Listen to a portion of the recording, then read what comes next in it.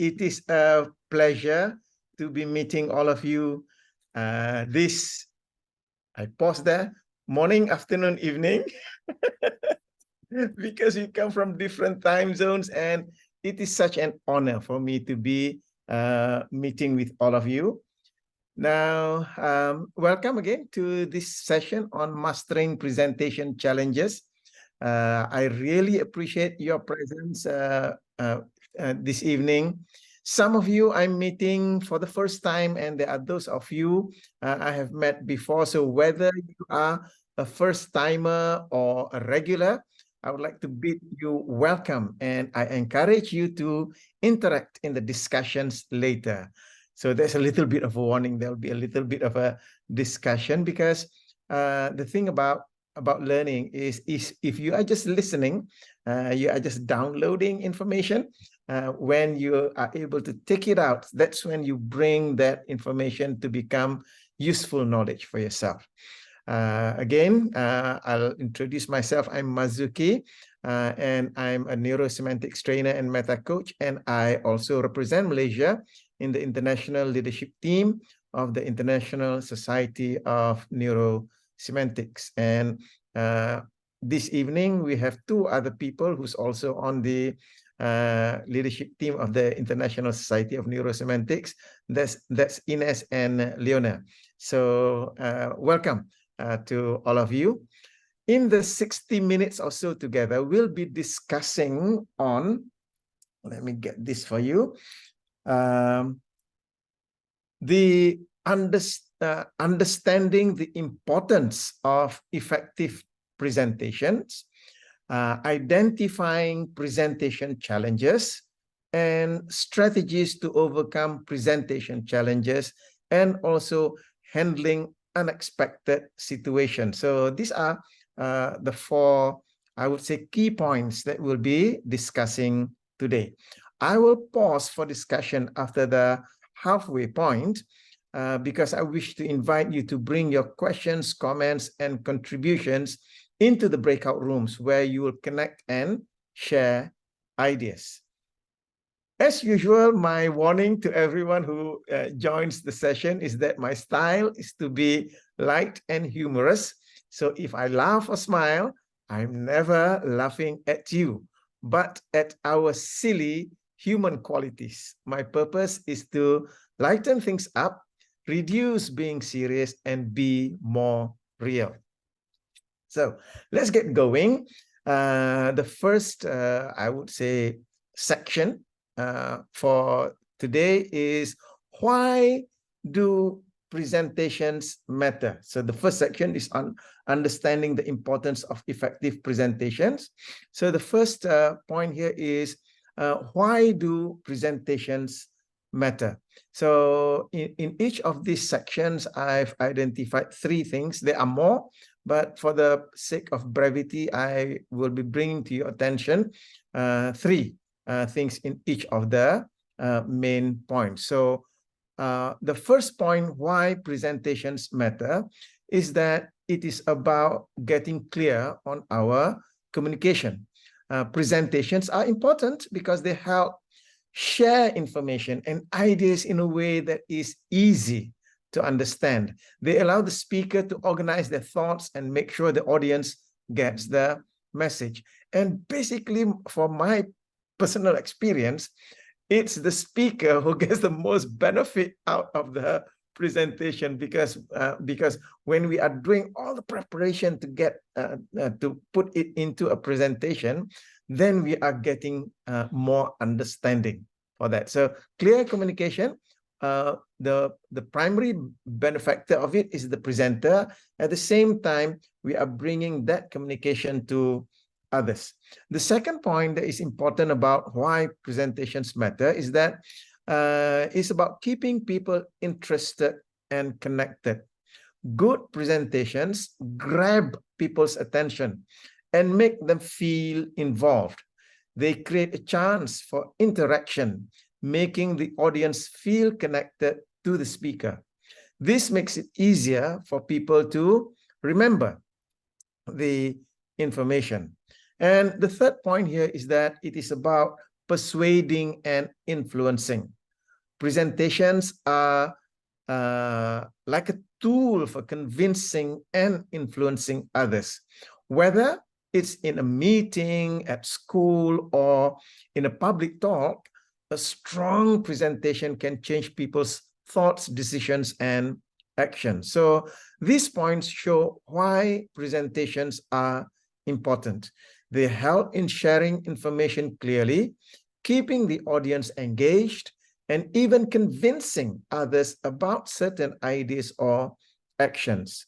So mastering presentation skills is a valuable skill for both personal and professional situation. Next point is common challenges in presentation. So this is basically what we are discussing in today's discussion. What are the common challenges in presentations? One is, how many of you have felt that before in making presentation, feeling that nervousness and worry? Many people do get nervous or anxious when they have to do presentation. In fact, public speaking is number one fear for a lot of people, higher than the fear of death. So there you go. So, and for some people, when they have that fear, so their voice will shake, their heart beats faster. So in order to overcome this, you can use techniques like deep breathing, imagining a successful presentation, and telling yourself positive things. So we are going to cover those in the next few points, just to give you a little bit of heads up about how to overcome that challenge. The next one is keeping the audience interested. And as we know that each person have their own model of the world, and where is their consciousness at the time of that presentation makes a lot of difference. It can be hard to make sure the audience stays interested and pays attention. Speaking in a dull and boring way, using too many complicated words, or not talking about what the audience cares about can make them lose interest. So to fix this, you can try things like involving the audience, telling stories, and asking questions. Now, just a little bit more, I would like to mention about the language that we speak. For many of us here in this room, I look at the faces that we have in this room today. For many of us, English is not our first language. So that's why no matter what your competency in speaking in the English language, we want to keep our language at a level. In my case, I deliberately would be speaking at O-level English, or maybe slightly lower. This is to cater for people who are non-native English speakers. So we want to be speaking at the language level that that the audience is comfortable with. The next one is sharing the right amount of information. That's one of the things that when we want to speak about something, there is so much that we want to share with others. And sometimes it's tricky to give just enough information without overwhelming the audience. Putting too many words on slides, or talking about too many things at once can confuse people. To handle this, you should choose the most important points, use clear and simple language, and use pictures to help explain. My experience, my background as well, is that when I first started doing training, I conducted training for school children. So with my background in engineering, starting training for school children, I'm sorry to say that in the first probably few training programs, I nearly killed all the children in the room with my detail of the presentation, until my wife came. She's also a Neuro-Semantics trainer. She saved me by saying, you don't have to tell everything. You just cover the main points that are necessary for them to understand the subject. And that's enough. Don't give too much detail. So these are the common challenges in presentations, and dealing with these common challenges in presentations is important to make sure your message gets across well. By using specific tips and tricks, presenters can become more confident, keep the audience engaged, and make sure the information is easy to understand. Now, part of what we learn in neurosemantics is about intentionality.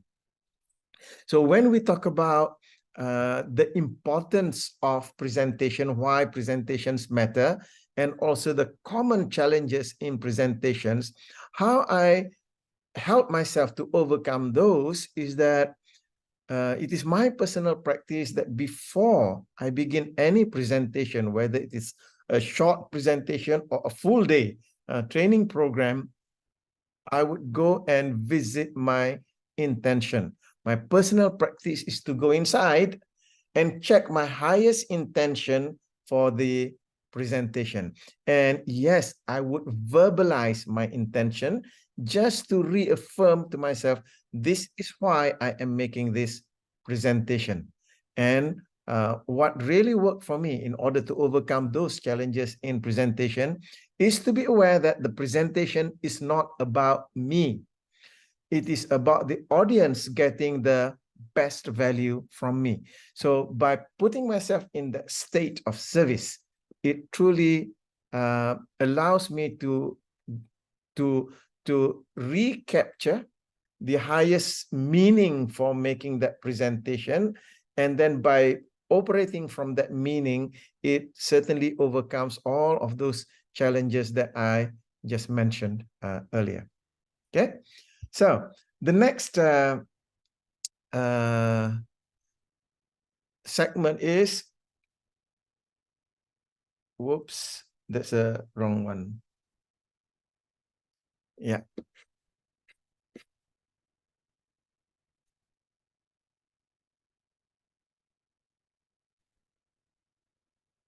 Okay, so identifying presentation challenges. This is the next section that I would like to bring to your attention. The first one is to understand your audience. First one is knowing who your audience is. It is important to know things like how old they are, if they are mostly men or women, what they've studied and what jobs they do. This helps you figure out what they're interested in. For example, if you're talking to experts in a certain field, you talk differently than if you were talking to regular people. And sometimes this comes to point number 2, finding out how much they already know.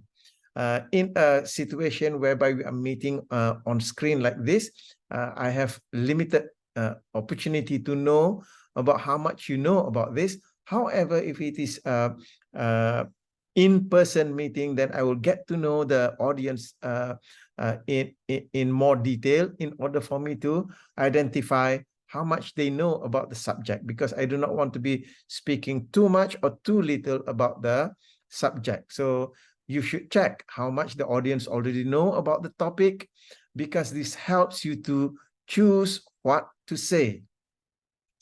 And don't use hard words or special terms if they might not understand. And don't explain basic things to people who already know a lot. So one of the things that I do is that sometimes if I were to be speaking on something which is technical, I would just go up to the flip chart and I'll draw a what do you call that? The X and Y axis, and I label the Y axis from 1 to 10, and I say that from I would like to know your knowledge about this subject. 0 means you know nothing at all. Okay. And then 10 means that you are an expert in this field.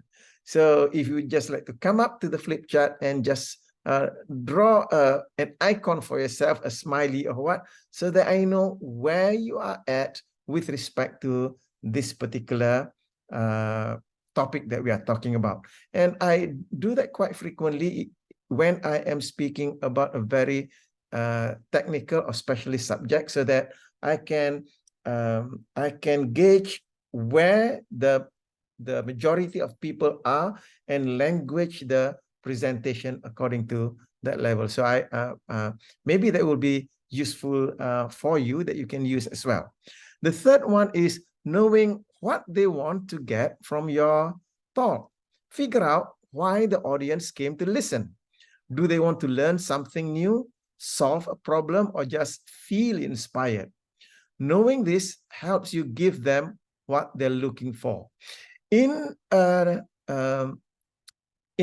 training setting, what I would do is I would give to participants a Post-it note and ask each person to write 1, 2, or 3 things that they want to get out of the training program. And I'll ask them to post it on the flip chart. And during break, I will just go and read what they have written there. They are telling me what they want to get from that particular training. So taking time to understand your audience helps you talk to them in a way they like. This makes them more interested, helps them remember what you say, and makes the whole presentation a better experience for them. Now, the next one is about challenges in content creation. You have so much information about a particular topic, a particular subject, and you are just speaking about a specific topic related to that whole subject. So, thinking about what to bring to the presentation and what not.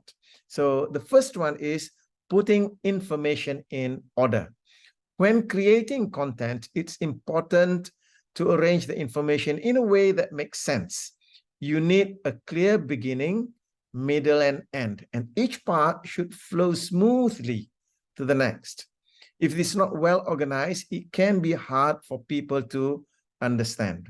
And as I mentioned in the last Meta Cafe, I use the format method. I use the format method, and you can Google this.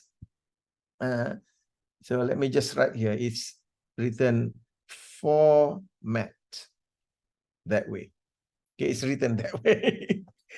You can Google this. So this helps me to structure the information. So why do people want to know about this? What is it that I need to talk about in this particular subject? And how do you use this? And what else do I need to put in? So that truly is helpful for me in putting information in order. Then choosing the right stuff to include. Deciding what to put in your presentation can be a bit tricky. Too much information can be too much for people to take in, but too little might not be enough. So that's why the previous major point is to know the audience is critical. You have to pick out the most important parts that support what you are trying to say. And in a world where we use visual aid, we want to use pictures and words that is well balanced. Figuring out how many pictures or videos to use compared to how much writing is another challenge. Too many pictures can make things confusing because pictures are symbolic, and a certain symbol may mean different things to others. So we want to also be careful with that. And too much writing can be overwhelming. So it's important to get the right balance so that people can understand and stay interested. So these challenges in creating content are important to think about. By organizing information well, picking the right things to include and finding the right mix of pictures and words, you can make a presentation that people can follow and enjoy. And when it comes to pictures and words, I would go by the magic 7 plus minus 2 number. 7 plus minus 2 chunks of information. So to limit it to that, either 7, maximum 9, or as little as 5 or even 3 points. So that's why when I structured this presentation, I decided for each main point, I just cover 3 sub points. If more than that, it makes it more complicated for you to take in. Yeah. Next one is delivery challenges. Yeah. First, about delivery is how to use your body and your action. When presenting, it's important to stand confidently, look at your audience, use hand movements that support what you're saying. If you look nervous or unsure, it can affect how people see you. Now, this is where in Neuro-Semantics, we focus on semantic gestures. So we only move our body in accordance to the meaning of what we are presenting. So at other times, we do not want our body to get in the way of the meaning of the word. So, I mean, certain hand movements are good for people who are into rapping and they may be speaking with their hands like that, but you continue doing that, the movement of the hands gets in the way of the message that you are delivering. Yeah. The other one is speaking clearly and with expression. You need to make sure your voice is easy to understand and shows emotion. This means changing how fast or how slow you talk, how high and how low your voice is. If you talk too fast or in a boring way, people might not pay attention.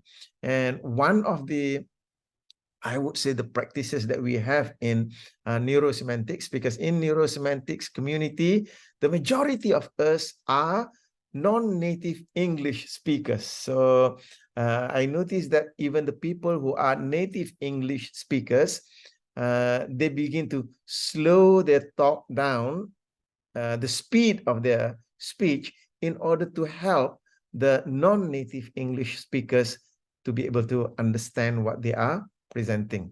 So that's important, because for many of us, me included, who are non-native English speakers, we have to run the Google Translate inside here. Right, Ines? And sometimes because of the Wi-Fi connection, our Google Translate is too slow. Okay. And the third point about delivery challenges is dealing with nervousness. Yeah. Lots of people feel nervous when they have to present.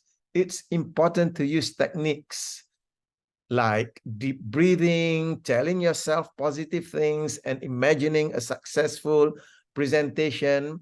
This helps you to stay calm and do your best. Now, what works for one person doesn't work for another person. So you need to find what works for you. And what I mentioned to you, one of the things that I do is I visit my intention of presentation. That helps to ground me. And the other is, in the words of Grasshopper, for those of you who are not in the know, Grasshopper is my eldest granddaughter. I call her Grasshopper. And she has this to say: practice, practice, practice, practice. Oh, she said it 4 times. So I was just having a discussion with Danielle just before we started this session, that for me, if I have a presentation to make, then that practice, not just preparing it on the, preparing my notes, preparing my presentation slides and all that, but my mind is going into mental rehearsal. It's about practice, practice, practice, practice, so that even though I'm delivering a topic for the first time, when I'm actually delivering it, it would probably be the 10th or 20th time that I've presented it, because I need to present it to myself. Because by practicing it over and over and over again, it removes that nervousness that we may have in that presentation. Okay, so let me just pause here, and I would like to give you an opportunity to be discussing amongst yourselves. So, what is the one thing that stood out for you? I see there are about 14 people. Let's put you into 3 rooms. 3, 3, 9. Yeah, there 3 rooms. There will be about 3 people in the room, and to be sharing with one another, what's the one thing that stood out for you? Yeah, let's do that for 5 minutes so that you can refresh. So I covered 2 main topics just now. The first main topic is understanding the importance of effective presentations, and the second section is on identifying presentation challenges, and be ready to also share some of your experiences in this area. So let's do that for the next 5 minutes, and then I'll see you back into the main room. So I'm creating the breakout room, 3 breakout room for you to be there. So open all rooms. Yes. So I'll see you in 5 minutes then.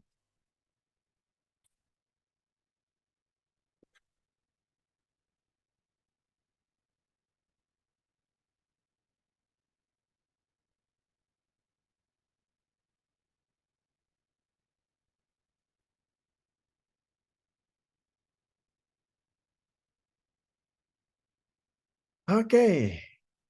So that's the first breakout room. Oh, I need to. I hope that you had a fruitful discussion in the breakout room. So let's move on to the next section, because what we'll do is we'll hold the questions until the end. We have that discussion. So one of the reasons why I wanted to have the discussion is that when you discuss, then questions will come to mind. So I hope that you'll have that written somewhere so that we can discuss this at the end of the session. So let's go to the next section, which is on strategies to overcome presentation challenges. So what strategies can you employ, can you use to overcome those? So the first one is preparation. Preparation. And when we talk about preparation, what is it about? The first about preparation is research. Before you make your presentation, it's really important to find out more about the topic you're going to talk about. This means reading books, articles, or trustworthy sources, and sometimes even talking to people or asking questions. Doing research helps you to understand the topic well and gives you reliable information. And nowadays, we have ChatGPT to help us with the research. Just be careful with the way you ask questions to ChatGPT, because they can go on a tangent. So asking specific questions to ChatGPT is useful in doing your research. The next one is scripting. After you've gathered all the information you need, the next step is to write a script. This means putting down the main points you want to talk about, as well as any extra details or examples. A good script helps you stay organized while presenting and make sure you cover all the important parts of the topic. Now, we see professionals and highly polished speakers, they are not reading from scripts. So how do they do that? So what's the relevance of this scripting? I use scripting in my practice, in my preparation. So I keep practicing with the script over and over and over again, so that I can burn the information into my brain, so that when I present, then I can present it naturally. So it is not about having the script and reading the script to the letter. It's about getting yourself fully prepared with the and scripting is also equally important for people who know so much about the subject, and you are supposed to only present just a little bit. So the issue is that in our breakout room just now, the issue is that you're supposed to present 5 things about a subject, but you know 100 things. Scripting helps you to be on track to deliver the 5 things. Otherwise, you burst the time frame that you have for that presentation. And the third one is rehearsal. Yeah, as Grasshopper puts it, practice, practice, practice, practice. Practicing your presentation is really important for doing it well. Rehearsing helps you get familiar with what you're going to say, how long it will take, and how smoothly it flows. It also gives you confidence in presenting. And you can practice in front of the mirror. And nowadays we have our smartphone practice recording yourself by doing that. So by following the steps, doing research, writing a script, and practicing, you'll be well prepared to give a clear, interesting, and informative presentation to your audience. When I talk about preparation, the story about Jack Nicklaus comes to mind. Jack Nicklaus, during his days of playing professional golf, he's so well admired by many people. And one day, probably he's not feeling so good on that particular day, and he just made a beautiful drive, and he heard in the background somebody said that, "I wish I could play like Jack Nicklaus." And he turned around and said to the guy, "No, you don't." And then he walked off. Later on, a reporter went up to him and asked him, "Mr. Nicklaus, what made you say that?" And by that time, he's already calmed down. He said that in order to play like I play, where during I wake up in the morning, before I so he was talking about when he was in the university, before I go to class, I practice by hitting 1,000 balls. During lunch, when people go for lunch, I practice by hitting another 1,000 balls. After classes, I go and practice by hitting another 1,000 balls. So that's why I say, no, you don't, because you're not willing to do the things that I did in order to be good as I am. So practice is what makes professionals professional. Yeah. Next one is engagement techniques. What can we use? One is using stories. Telling stories is a strong way to grab your audience's attention.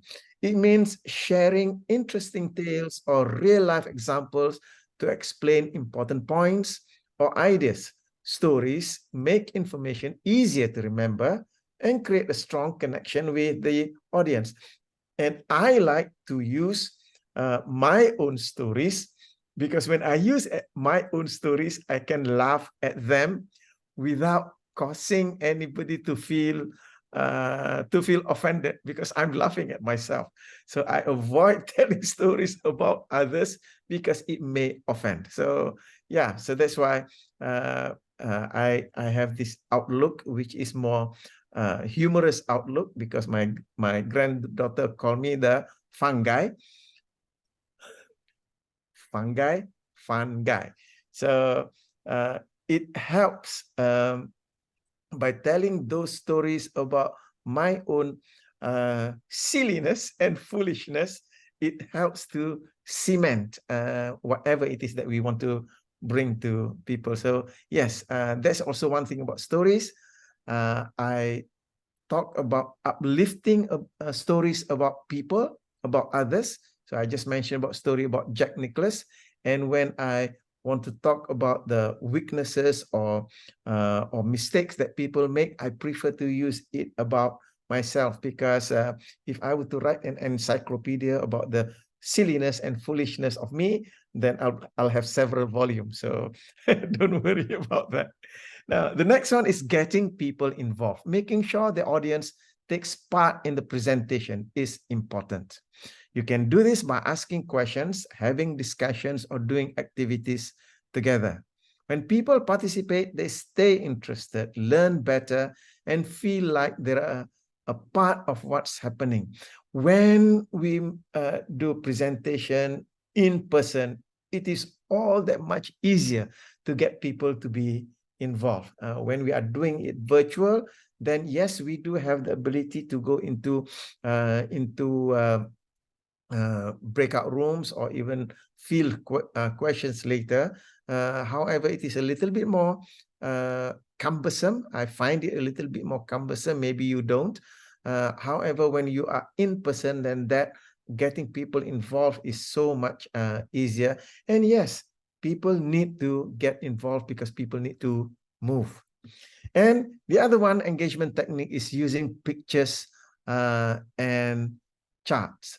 Showing images, graphs, or charts helps explain your points visually, because we store information in our brain through visual, auditory, kinesthetic, olfactory, and gustatory parameters. So we want to also give those visual.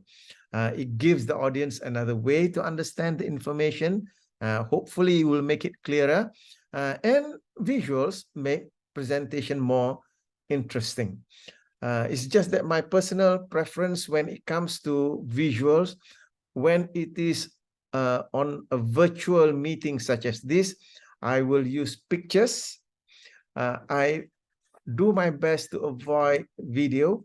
The reason being is that I may have a fast connection to the internet. My video can upload quickly. However, if the audience is on mobile data and their bandwidth is low, then that video will not play out so well. So yeah, when it comes to online, I do avoid having moving pictures. I have still pictures such as this.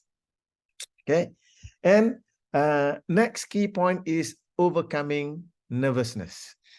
And I've been in the training industry for over 25 years already. And do I still get nervous? Yes, every time. The reason being is my intention for the presentation is so that the audience get the maximum benefit from the session. Even if you spend an hour with me, I want you to get the maximum benefit from that presentation. And I get nervous about that because it means that I need to bring my A game to the presentation so that your time is worthwhile. So my nervousness comes from that. My nervousness comes from, are you getting the maximum that you can get from me? Now, what do we do to overcome nervousness? First thing is breathe. Yeah. Taking that deep breath and know that you're alive, and you let go. Just breathe. It makes you feel less anxious, and your physiology, your body just relaxes. The muscles relaxes. So this is really helpful before and during the presentation. If it is a whole day training, I'll bring in the participants and we'll do breathing exercises for about a minute or two together to allow us to relax together. Next one is being kind to yourself and imagining success. Instead of thinking negative thoughts, tell yourself positive things and encouraging things. Be kind to yourself. Yes, if I were to criticize myself, I will admit here right now say, I'm a recovering perfectionist, and I know exactly how to criticize myself really well. It's just that over the last few years, I've learned to be kinder to myself, not being such a perfectionist. And I hope it also makes other people's lives easier when I do that. And a third point about overcoming nervousness is getting to know your presentation and practicing. Once you are familiar, then you get less nervous. You get into that flow. The key thing is to be in the state of focusing on the audience, to be focusing on the uh, audience. Because the moment you focus on the audience, you lose focus on yourself. Then uh, uh, that's when that nervousness will go away. The nervousness comes when you are focused inward. So that's what I also do when I conduct training, just to be focusing on the audience and thinking about what is it that they'll be taking away from the presentation. Okay, so moving on to the final section here.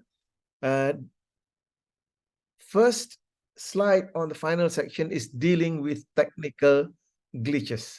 How many of you have ever had the situation whereby as you are doing your presentation, something comes up that prevents you from doing it? My background was in engineering, and in engineering, we have what we call the Murphy's Law. Murphy's Law is if something wrong is going to happen, is going to happen at the worst possible time.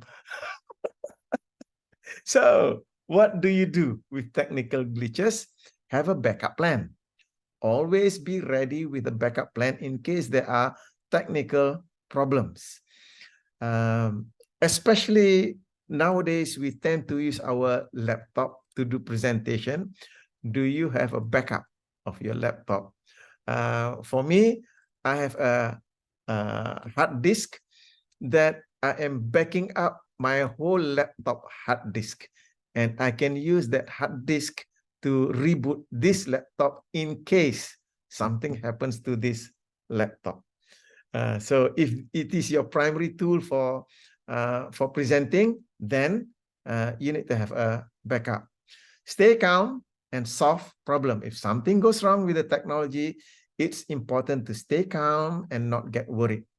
Take a moment to figure out what's happening and try to find a solution. This could be as simple as checking the connection, restarting the device, or asking help from technical support if that's available.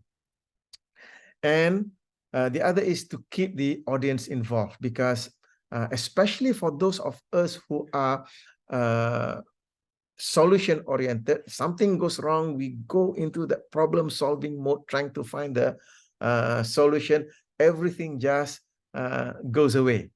However, know that your audience is there. Get them to be involved.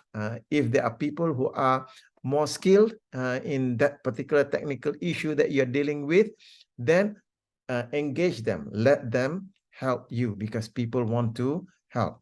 So using these ways to handle technical problems is important for presenters to make sure the presentation goes smoothly. And having a backup plan, it's very, the word is, it gives you the sense of security. Yeah.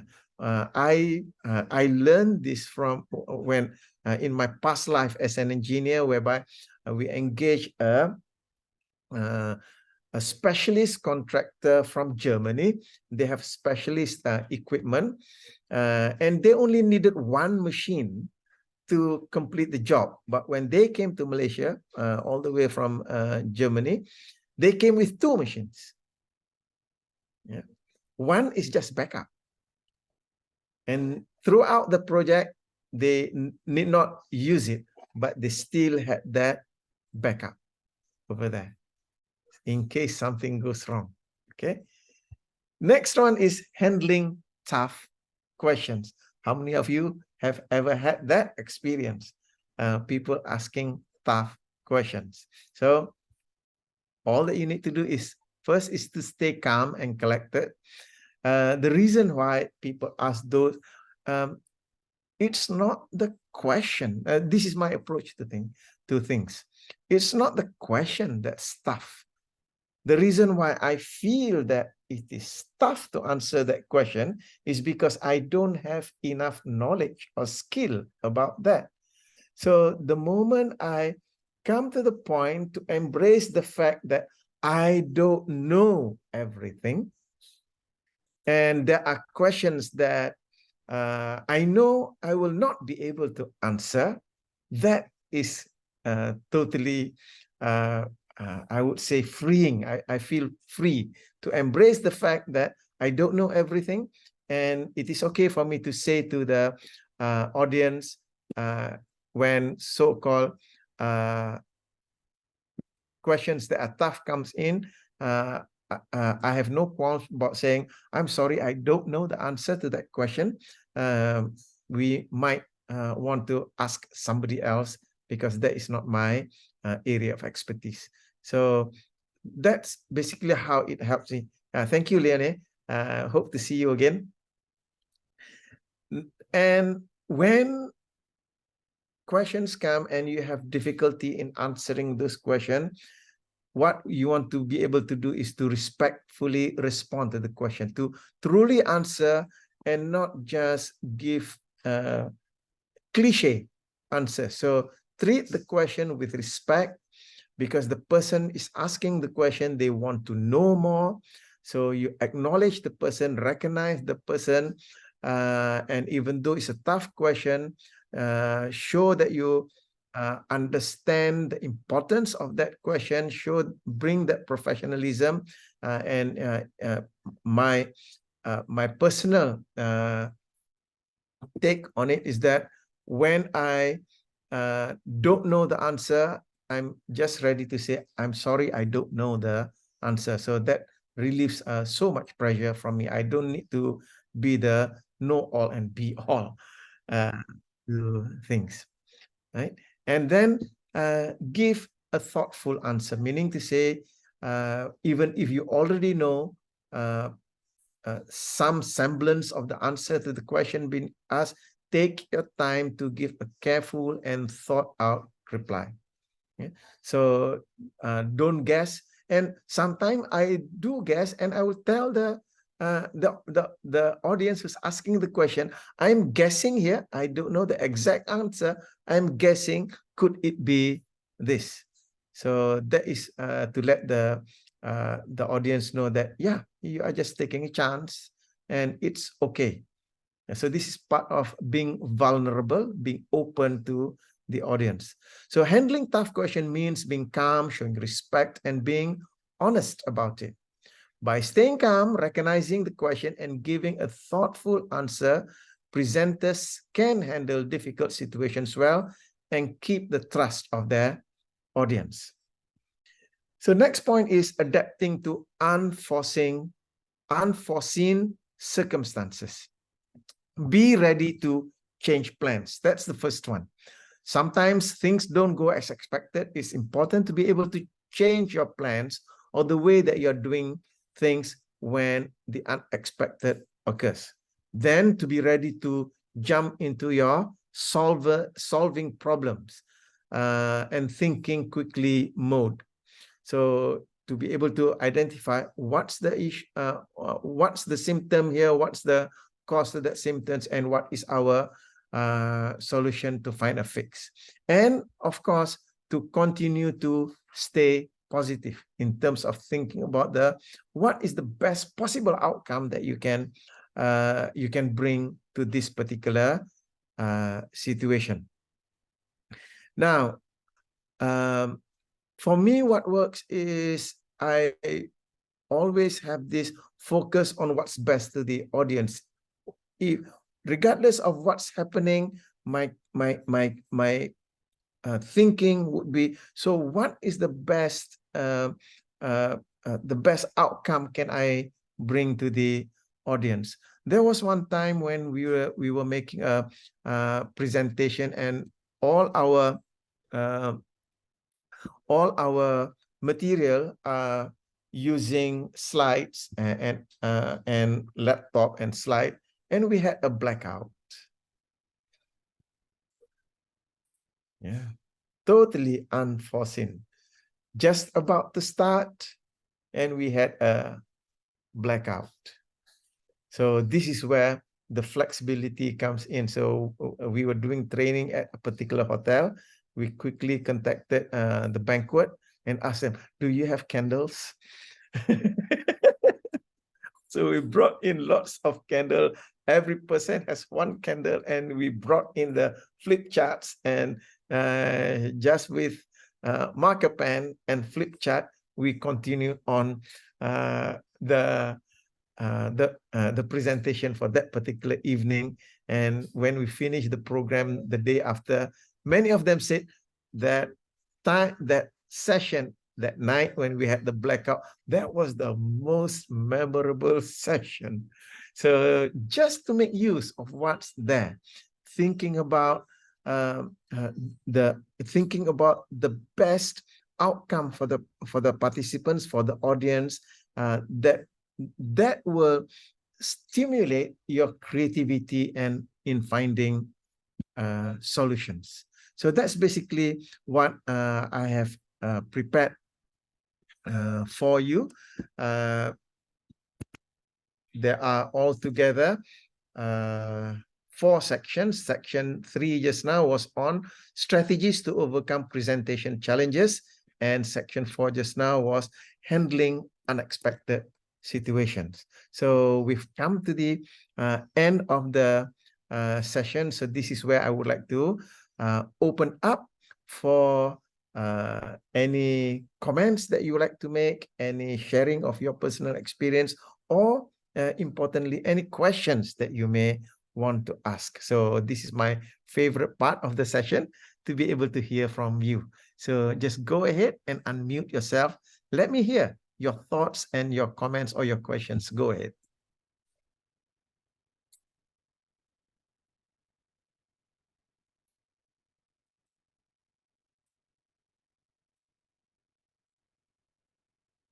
Yeah, I can go first.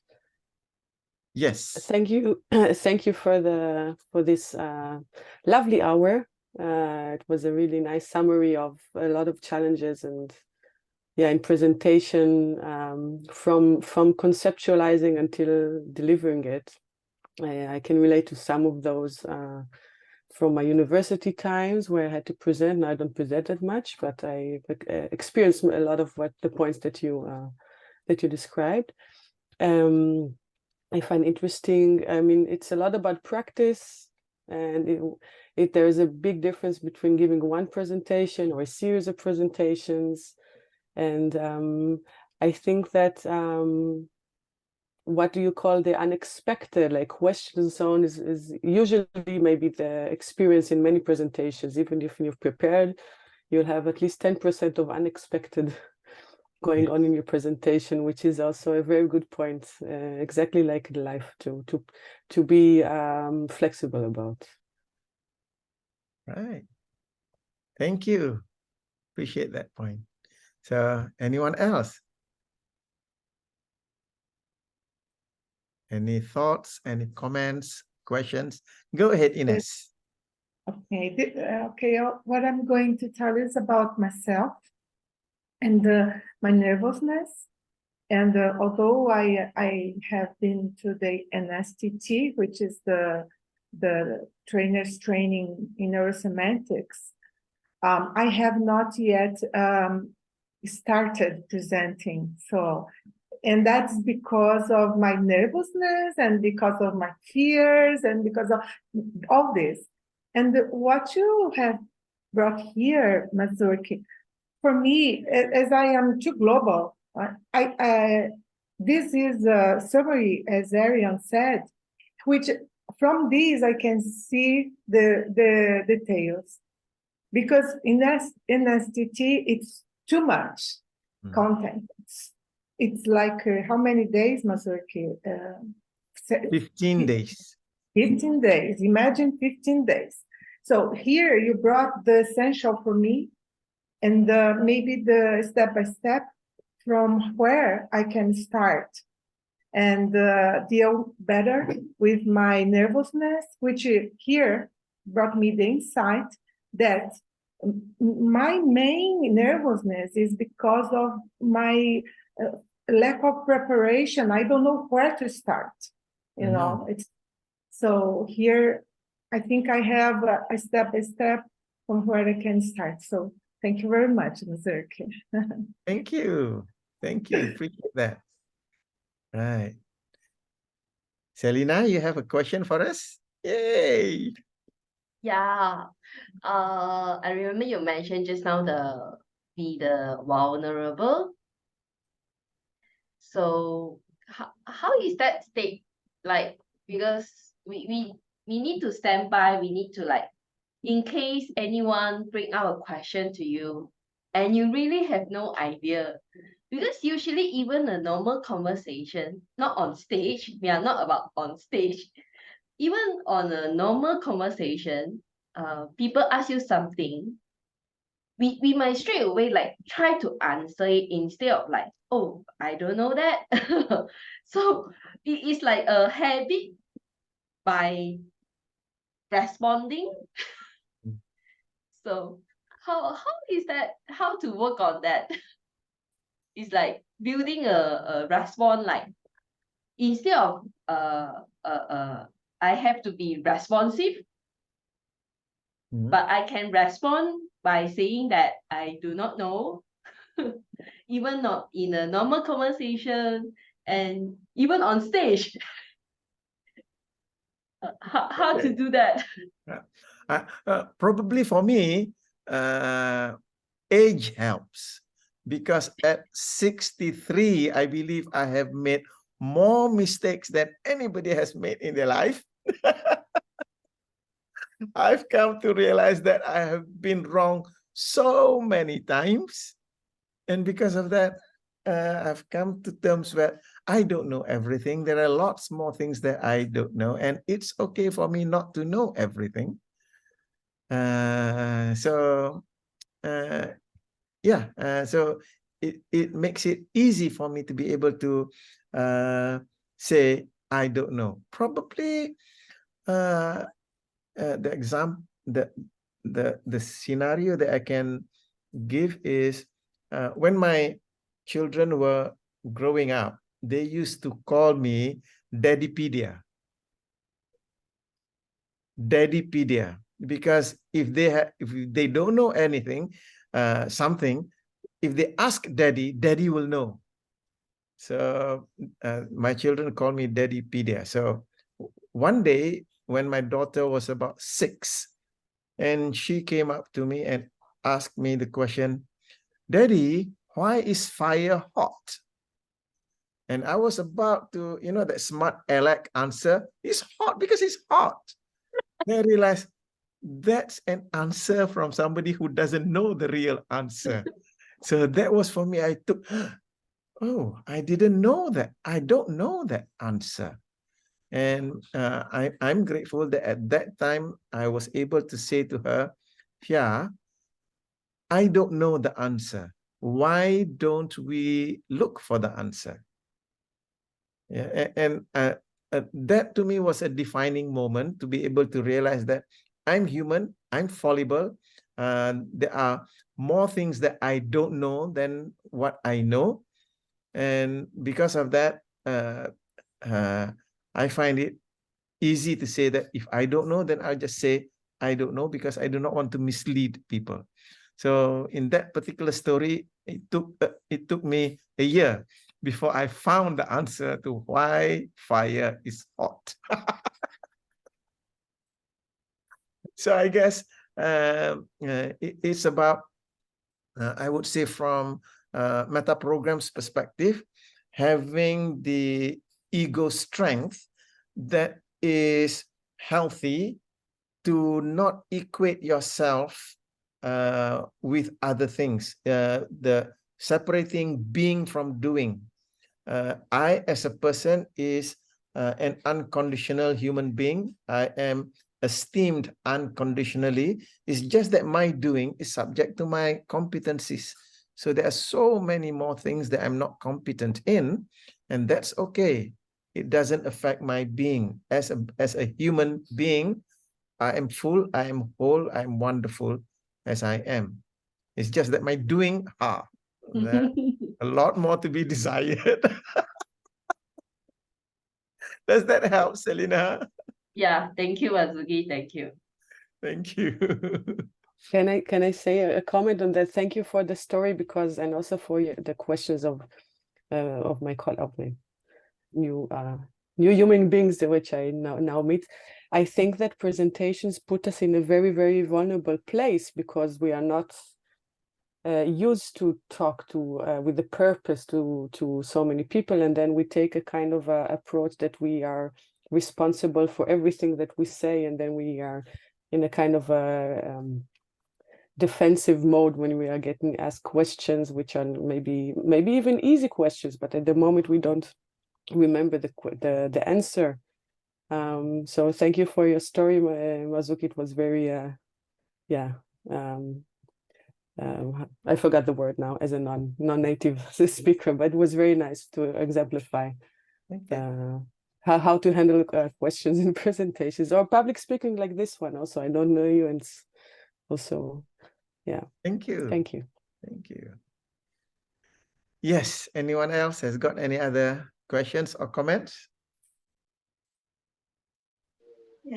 Yes, hi. I have one, if I may. Yes, Hind. Well, I was sorry that I missed part of the presentation. I was locked out because of Wi-Fi problems. I was wondering, would it be possible to share the video? If I would really appreciate that. I was getting so much involved, and then I just was forced out. So thank you for the presentation. I really appreciate it. And being, in the session with everybody who is not really native English speaking. So I feel comfortable asking this question. And I imagine that part of the attendees, they might have been in this situation, and they may help give me some feedback. I present international quite often, and I see your presentation style. You are really you. You have a certain personality that you are not afraid to show. So I'm thinking, when you speak internationally, and as you were saying, you represent Malaysia in your field, and so when presenting, do you find it easier to conform with whatever the cross-cultural thing, or is it okay just to be me and take the chance that sometimes they don't understand my references and so on? So when I'm presenting, should I make my presentation more cross-cultural and limit my own culture or personality and so on? How do you see that? Thank you. Thank you. I think in the last session that I had, I was talking about culture. And culture is the set of practices people from a certain group, they agree upon. And in the context of, I would say, metaphor, culture is how, let's say you have two machines communicating, they need to have that handshake. So that's what culture is about. So when I'm speaking in other cultural contexts, I want to be respectful of that particular culture because it brings us into rapport. Knowing other people's culture is about getting into rapport. With rapport, everything is possible. Without rapport, nothing is possible. So yes, if let's say I were to be speaking, let's say in Egypt, then I will want to know what are the cultural elements that's important here in Egypt. And then I do bring in my way of doing things whilst being respectful of that person's culture. So if I were to go to Europe, if I were to go to the States, or go to Brazil, I've not been to Brazil, Ines. So I would want to know what's the culture like, so that when I bring Mazuki into that culture, then I can fit in. Fitting in another person's culture is not about forcing yourself. It's about being respectful of the other person's way of doing things. So to me, it's a non-issue in that way. Does that answer your question, Hind?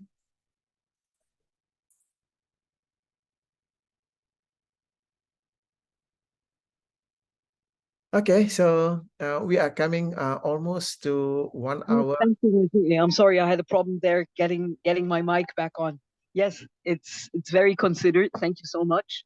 And about how you would present in Egypt, you would fit right in. So thank you very much for your answer. I really appreciate it. Thank you. Thank you. So we are almost at the end, and what I really love doing when I have these sessions is just to go around the room and to hear from you. What is your one takeaway that you will take away from this particular session? Because as I mentioned to you, whenever we have this session, my main thought is that what is it that you will gain from this? So what is your takeaway from this? I'd like to start off at the bottom of my screen, Noria. So what's your one takeaway from this session? May I know? Yeah, thank you very much for the presentation. It's very, very nice and very good for me to learn.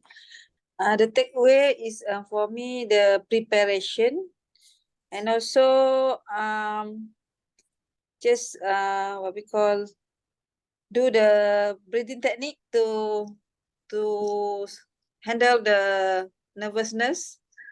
Yeah, because I feel quite nervous before presentation. Yeah, so I think I can practice that the breathing technique, and also have to make sure the preparation is quite extensive and good. I think so. That is all. Thank you very much. Thank you, Noria. Appreciate that. Guat Ching, your turn. Thank you, Mazuki. So my key takeaway is not about me, it's about the audience. So it's about what the audience would like to hear, and use the most simple, easy, understand word to deliver the message. Thank you, Guat Ching. Appreciate that. Thank you. And next, Hind, go ahead. What's your takeaway? Okay, so I have a couple. I like the idea of asking the audience where their knowledge about a certain topic and working from there. I think I'm going to start doing that. My second point was the takeaway that most of us in our breakout room was that it's more about the audience than yourself, and from there I'm going to build on more interactive listening when I communicate with an audience, because usually I work in small groups. Wow. Thank you. Thank you. Thank you, Hind. Appreciate that. Next, William, go ahead. Yes, thank you, Mazuki. So my takeaway this afternoon here in South Africa is to summarize, less is more. I tend to, like many of the others that I've heard, also try to share too much information and making it less. And I like the format that you've restricted and disciplined yourself with the 3 items, sub-items. So I'm stealing that from you. Thank you for that. Thank you. Thank you. Appreciate that. Danielle, go ahead. Thank you, Mazuki, for today's session. I think my key takeaway is same as what William has mentioned just now. Less is more, because I think my habit was always wanted to share too much, and I ended up sometimes I present over time, or ended with giving too much of information to the audience that actually confused them. Yeah, so I will start to practice to actually cut down my ideas or points to like, for example, 3 points, from 10 points to 3 points, something like that. Okay. Thank you. Thank you. Selena, go ahead. Yeah, I'm probably about the overload information. So try to be as simple, focus on maybe less is more, and also about the picture, because William share in a group that he will use picture as the metaphor to as like anchoring to maybe like for the audience to can visualize. But for me, usually we put in picture is the design for PowerPoint. So maybe can make more make use on the picture instead of just design for design purpose. Right. Thank you. Thank you, Selena. And next, Ariane. Yes, sorry. I will take engaging the audience. I think it's very challenging. I mean, that's for me is the next step in being more interactive in the presentation, not hiding behind the presentation and the notes, which is can be the comfort zone at some point. Right. Thank you. Thank you. And last but not least, Ines. Okay. I read an article from Michael Hall this week about going to the basics. I don't remember the title of the article, but I think this what you said makes me relate to that article. That it's about me. I have to go back to the basics, and this is preparation. All the topics that you brought in preparation, and one thing that you gave, which will help me on this, is to choose 3 or 5 points to not be so overwhelming with the content, and the focus on that, also, I find out my style to be more confident about me. So go to the basics. This is my word now. Okay, back to basics. Thank you. Thank you, Ines. So before I end, I would just like to say thank you to all of you. I really appreciate your time and energy for being here, and I look forward to meeting all of you in our next meeting. Before I pass over this session back to Danielle, just to bring to you an announcement. In 2024, we are having the Neuro-Semantics Trainers Training from the 18th May to the 1st of June. So if you want to know more, just you can either email me or email Danielle for it. Now, at the Neuro-Semantics Trainers Training, we'll be covering 9 preparation skills for a presenter, a trainer, 7 core presentation skills. So before the presentation skill, you have 9 preparation skills. Then we have the 7 core presentation skills. And then there will be 25 enrichment skills. There will be 5 relational skills and 2 keynote skills. So all of those you'll be learning. Selena, I hope you're excited. You've already signed up for it. Yeah, so you'll be learning in 15, or we'll say 14 wonderful days in that training. So I hope to see some of you there. So before I pass over to Danielle, I just want to sign off here that again to say I really appreciate your being here, and I look forward to meeting all of you, and I wish you an exceptional quality of life filled with happiness, creativity, and fulfillment. So thank you very much. And over to you, Danielle. Thank you very much for tonight's session, Mazuki, and I'd like to thank everyone for joining us tonight, and I wish you a good night. So before we leave, I'm going to play a video, and I'm going to sending you the video recording as well tomorrow. Thank you so much. Good night. Thank you. Good night. Good day, good morning, good afternoon. Thank you, Mazuki. Goodbye. Thank you. Thank you. Your notice were Yes, thank you, wonderfully. Ariane. Thank you, Selina. Thank you.